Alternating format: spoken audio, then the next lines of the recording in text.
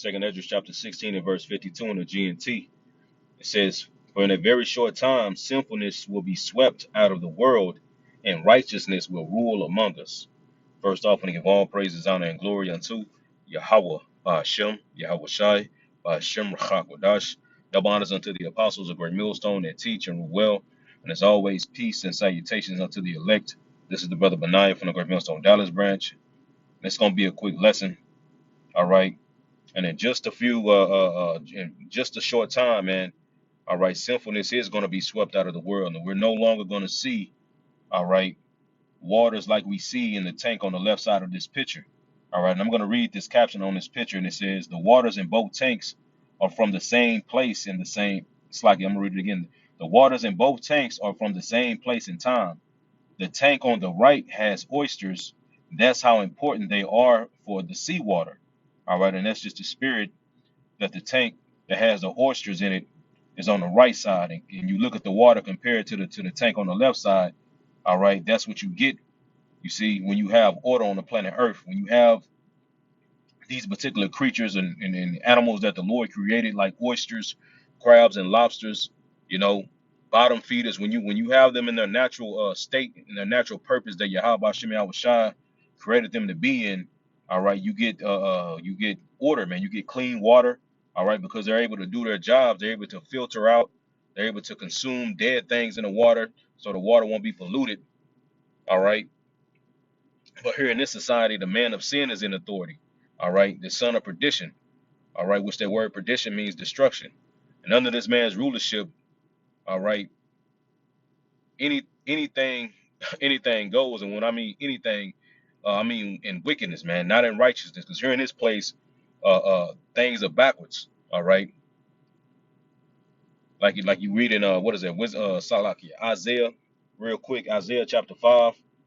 I'm gonna bring this out. And I have some in Chat GPT that I want to touch on too, on the importance of order. You see the order that the Lord set up in the beginning. All right, how the earth is ultimately it needs new rulership, man. All right, but this is Isaiah chapter 5 and verse 20. It says, "Woe to them that call evil good and good evil, that put darkness for light and light for darkness, that put bitter for sweet and sweet for bitter." All right, and that's exactly how it is in this current society, in this current world. All right, under the rulership of Esau, Edom, all right, things that are evil are called good, and things that are good are called evil, man. You see, like I said, it puts light for darkness and darkness for light. All right, sweet for bitter, bitter for sweet, and sweet for bitter. You see, so things are backwards. Here in this society, you know, these particular animals such as oysters, crabs, lobsters, shrimp, all right, or looked at as delicates, man. You see, people they Esau overfishing, and that's exactly why when you go to the beach, you see these fucking dirty, murky ass waters, man. The Lord then set the earth up to be to you go to a beach. You know what I'm saying? That's when you think of paradise, it's not you and you know you going to the beach in paradise. It's not to look at murky, dirty ass water, man. All right, you brothers and sisters, especially down here in Texas, you go to the Galveston Beach. That water looks horrible, man. It looks like this, like the like the tank on the left side, man. You see, not clear, not clear like the tank on the right side, man. Why? Because Esau is overfishing. You see these particular animals that were put in that the Lord put in the water, all right, to cleanse it. You see, the earth is being defiled because Esau is killing and everybody is eating goddamn pork, in particular animals that the Lord set up on the earth to cleanse the earth, you know. And that's why a lot of these people are sick, man. And that's why here recently we've been seeing more recalls on these shrimp, more and more people eating these oysters and dying. You know what I'm saying? Because you weren't supposed to eat that shit any damn way, man. And the Lord is judging your ass, man. You see, especially you Negro, Latinos, and Native Americans, food like oysters, man, are big amongst our people, man. You go to New Orleans, man, especially down in New Orleans, man. You know what I'm saying? They got the gumbo, all right, or any fucking seafood shack you can go to, man. It's big. You gonna see Jake with the big ass tray of oysters sitting on ice. You know, like that shit is like that shit is cool, man. You know, and then like I said, that's why the Lord here recently the Lord has been judging niggas, man. Niggas dying eating that shit, man, and rightfully so, because the Lord didn't create these animals to be ate. All right, He created them with the purpose of cleansing and filtering the earth, man.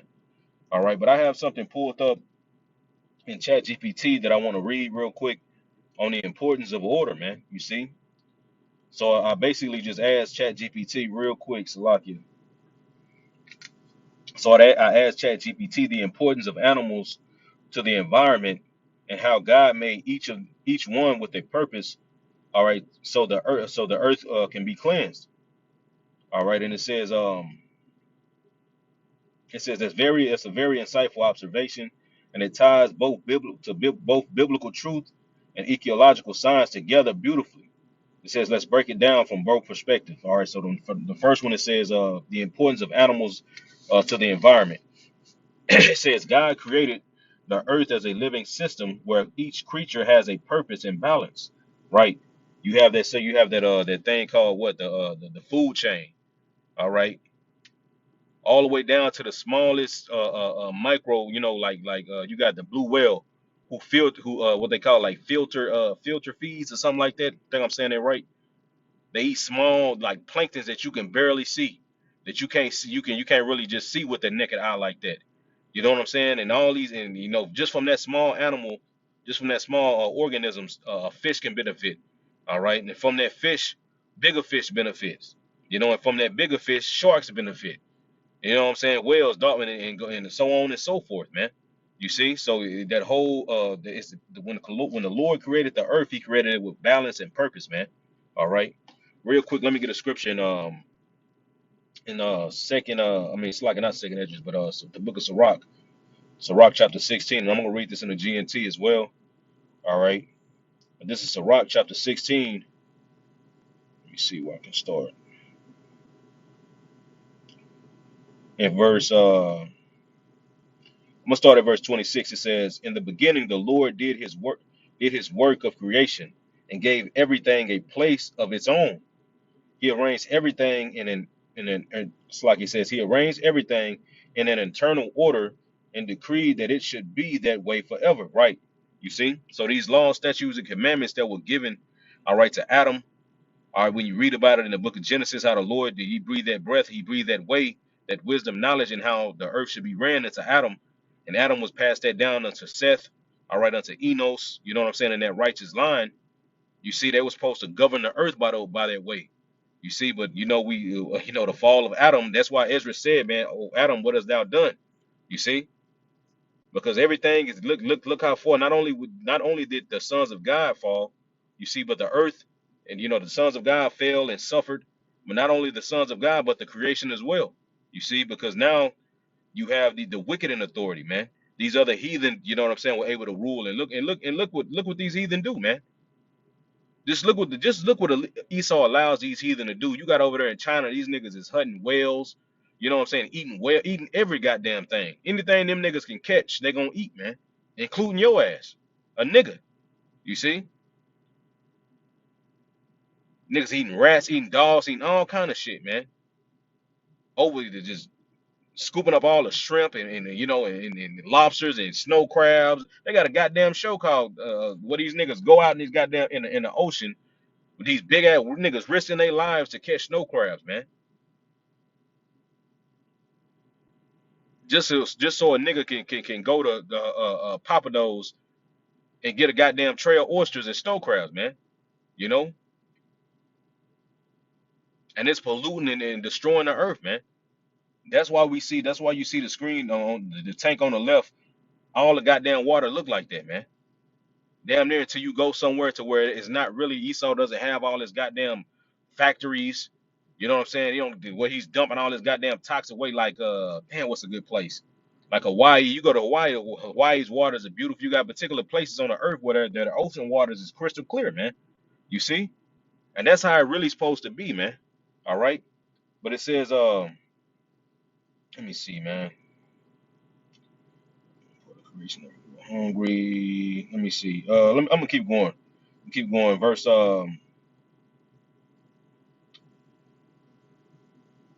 27 again, it says, He arranged everything in an internal order and decreed that it should be that way forever. Not one part of creation ever grows hungry. No part grows tired or stops its work. Right? You see, because since the beginning, the Lord, all these animals, like you see the oyster, from the beginning, is still doing the same purpose that the Lord set it up to do in the oceans, man, which is filter and clean it. But it can't do its job because Esau niggas is eating them, man. But it says, verse 28, it says the parts do not crowd one another, and they never disobey his word. Right? You see, everything has its order. All right, the food chain. Now you have Esau. He didn't hunted every goddamn thing and threw the food chain off balance, man. You know what I'm saying? That's why you got the over population of pigs. You know what I'm saying? And pigs wasn't even what is it called? Esau brought pigs over here, man. They're not native to the Americas, man. You see? But look what happened. Now that shit is just running rap. Now they just running rampant, man. You see?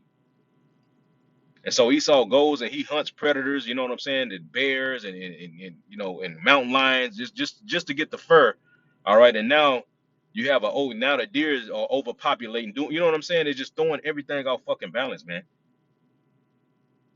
Then that's why you got hunting. So you think we're gonna have hunting season in the kingdom of heaven, man? No, because everything is gonna balance itself out, man. Everything is gonna be balanced, man. You see, they not gonna kill each other anyway, man. You see, scriptures tell you that thing is in the book of Isaiah, man. How the wolf is gonna lay with the lamb, the lion is gonna eat straw. You see, but going back into the let's go back to this verse, man. Verse 29 it says, when the Lord had made all this, he looked at the earth and filled it with good things. It says he covered it with all kinds of creatures that must die and return to dust. But like I said, the Lord created it all with good things, man. Let's get another one real quick. I'm gonna go back to this chat GPT. This is Sirach chapter let's see, chapter 39 and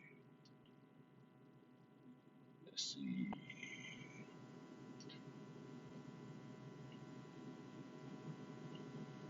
in verse 34. It says, let me see if I can start up one. I'm gonna start at 33. It says, everything made by the Lord is good. He meets every need at the proper time. No one can claim that one thing some things are worse than others, for everything is good in its proper place. Right? You see, so the Lord created balance when you read in Genesis chapter 1.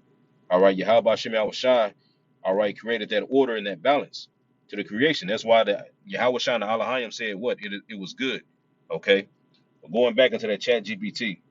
It says God created the earth as a living system where every creature has a purpose and balance.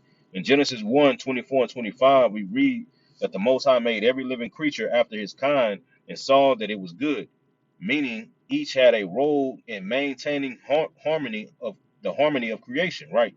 You see? So it says, let me see, let's jump down. All right, I'm gonna jump down a little, I'm gonna jump down. All right. So now it's going to go into particular animals in their roles. It says number one, land cleaners. It says scavengers and decomposers. It says vultures, hyenas, and wild dogs. These animals eat the dead of other creatures. By doing this, they prevent the spread of disease and rot. Without them, the land would be full of decay and sickness. It says earthworms and beetles. These small workers break down waste in dead plants, turning them into fertile soil. They help recycle nutrients and so new life can grow again. You see, so you see the order that the Lord made. So everything, even from the small, from a roach, you know what I'm saying? The LDS one would like to talk about a roach got more purpose than a nigga. You see, because it's in his order. You see everything from a roach to an ant, all right, to a vulture, to a bird, any animal you can think of, man. You see, a goddamn ladybug. Everything has a purpose, all right, in keeping the harmony of the balance that the Lord set up. All right. It says number two, water cleaners, God's filters of the rivers and seas. It says oysters, clams, and mussels. It says these shellfish are natural water filters, right? You see, just as you can see on that picture. You see the picture on the right, where the laws are being kept. Where the oysters in the water like they're supposed to be. All right, that water is clear, man. Versus the water on the in the left tank that's just dirty as hell. You know, it said, and when you go to these particular lakes, when you go to the it stinks, man. You shouldn't be walking at the park and you see a little stream or a little pond and it just fucking stinks. It stinks like hell, man. Like damn, you try to hurry up and get the hell away from it, man. That's a damn shame, you know. But like I said, I'm gonna keep going. It says these shellfish are natural water filters. One oyster can filter gallons of water a day, removing dirt, waste, and toxins from the oceans. It says God created them, and that's why you got a lot of animals beaching themselves, along with Esau throwing all this toxic waste and all this bullshit in the ocean. All right, and then taking all of the filters, the natural filters, and that's just crazy, man. Esau, here it is. The Lord created, man. The Lord was so, man. Yahweh Shema was shot so far out of no point, man. He created built-in filters, man. A built-in cleanser. It can just and that's why the earth can just it can just keep going, man. Constantly recycling, going in that cycle. Okay, like the Lord said, He's liking His cycle, His judgment unto a ring. It just constantly it can just it's meant to regenerate itself, man. Cleanse itself when it's dirty, man. You know what I'm saying? The Lord is far out, but here it is, Esau. Esau gonna spray some goddamn pesticides on your fruit, man. When the Lord got natural built in the earth, birds and bats, man. Like we're gonna read, right? But it says, I'm gonna read that again, man. It says they can filter gallons of waters a day, removing dirt, waste, and toxins from the ocean. God created them to purify the seas, not to be eaten. And then it gives you the verse in Leviticus, man. These creatures were called unclean because their purpose was to clean the waters, not the body. Catfish, shrimp, and lobsters, these are bottom feeders. They eat dead matter and waste that falls to the sea floor, keeping it from building up and polluting the waters. When people eat these animals, they're eating what God designed to remove filth, which can harm both health and the ecosystem, right? And that's why we see the earth in the shape that it's in right now. That's a part of it as well. Verse number 3, it says environmental builders. It says the beavers and beyond. Beavers are incredible engineers created by God to manage water flow. Their dams slow down water movement, prevent floods, and create ponds where other creatures can live. You see? So just off a beaver, you know what I'm saying, building this pond, and Esau go just tear the shit down. A beaver build his dam, and Esau just go tear that shit down. And when him turning it down, it's fucking up other you know what I'm saying, fucking up the chain, man. You see, because like it just read, man, it says beavers are incredible engineers created by God to manage water flow. Their dams slow down water movement, prevent flooding. So it helps you by preventing flooding. It says and create ponds where other creatures can live, right? Creating other places where other animals can live just by building a dam. These wetland filters pollutants, recharge groundwaters, and provide homes for bird, fish, and frogs. Without beavers, many streams would dry up and flood uncontrollably. You see how important just a beaver is. That nigga Esau came over here and just slaughtered damn near all the goddamn beavers, man. Man, me and the brother was walking at the park the other day, and we seen a couple of men. We like, man, that's some damn beavers, man. You know, just to see that, man, and just to see that animal, man, and the purpose that the Lord designed it to do, and what it does, man, it helps to further the creation. It creates life for other animals, man, homes and environments for other animals, man. It says, they show God's wisdom in using one small that they show God's wisdom in using one small creature to protect many others. It says termites and ants. While we often think of them as pests, they actually break down wood and plant material, returning nutrients to the soil and helping plants grow stronger. Air cleaners, birds and trees working together. It says birds spread seeds, pollinate flowers, and keep insects populations under control, right? That's your natural pesticide, man. You see, That's what the Lord built into the earth, man. All right, to help combat when you're growing your fruit, when you're growing your fruit and your vegetables, man. You know, to stop them from eating all the Lord created a built-in system, man. That's why the Alahayim said what it is good. It's perfect. It ain't no need for that, man. Ain't no man, we don't be spraying no goddamn pesticides on no fruit in the kingdom, man. It says their song even plays a role in nature's rhythm, signaling plants to begin daily photosynthesis. Right. Even down to the bird. A nigga get mad in the morning. Man, them fucking birds, man. There's a bird's chirping, man. They're doing their job, man. You get mad at the bird, but it's doing its job, and the frequency from his chirping, from his singing, all right, is signaling the plant, something inside the plant to make it wake up and start photosynthesis, man. Start eating in that sunlight, man. You see, it says bats. It says a single bat can eat thousands of mosquitoes in one night, reducing pests and preventing the spread of disease. You see. So these are just a couple of animals that it gave to show you, you know, how the Most High designed it, man. How he designed the creation to ultimately with harmony and balance, man. You see. But number 5, it says the consequences of ignoring God's design. It says when mankind begins to eat the animals God made to clean the earth, oysters, shrimps, pigs, catfish, etc., and destroys the habitats of others like beavers and vultures. It says the result was pollution, sickness, and imbalance, right? And that's why we see everything that it is in the state that it's in right now, man. You see? All right. Let me get this in Proverbs, man. Then I'm gonna go to the book of Romans real quick, Salakia. And I'll end it off after this, man. Like I said, I don't want to make it too long. But Proverbs 29:2, it says, when the righteous are in authority, the people rejoice. All right, not only the people, all right, but the creation. You see? That's why it says in Isaiah 14, when Esau is taken out of power, the earth is going to bring forth into singing real quick. All right. Isaiah chapter 14,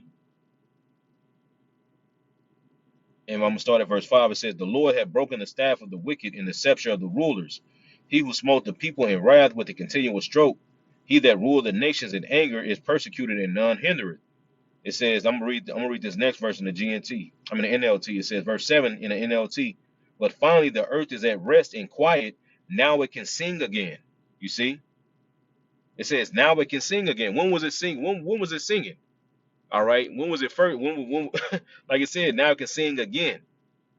It was singing when the Lord, when Yahweh Shana Alahayim finished the creation, man. Everything was in harmony. Everything was perfect. You see, and the earth was singing. It was blossoming. It was on the frequency of Yahweh Shem Yahweh Shah, man. You see? But now under this goddamn devil, everything is off balance. It's imbalance, it's pollution, it's sickness every damn where, from the animals to the people, all right, to the earth, to the waters, everything is polluted and sick, man. You see? But when the righteous are in authority, man, the people are gonna rejoice. Why? Because, like it says in the book of Sirach, man, a wise king will instruct his people. All right, what he's going to instruct them in the ways of Yahweh Shem Yahweh Shai. And that's what that 1,000-year period, all right, that the elect, that 144,000 are going to do with Yahweh Shai. All right. They're going to establish that new way on the planet Earth and teach these heathen righteousness, man. All right. Going back real quick, Proverbs 29 and verse 2. On my phone, in verse 2. It says, when the righteous are in authority, the people rejoice, but when the wicked bear of rule, the people mourn. All right, and not only the people, but the creation as well. All right. This is the book of Romans, chapter 8. All right, in verse let me see where I can start.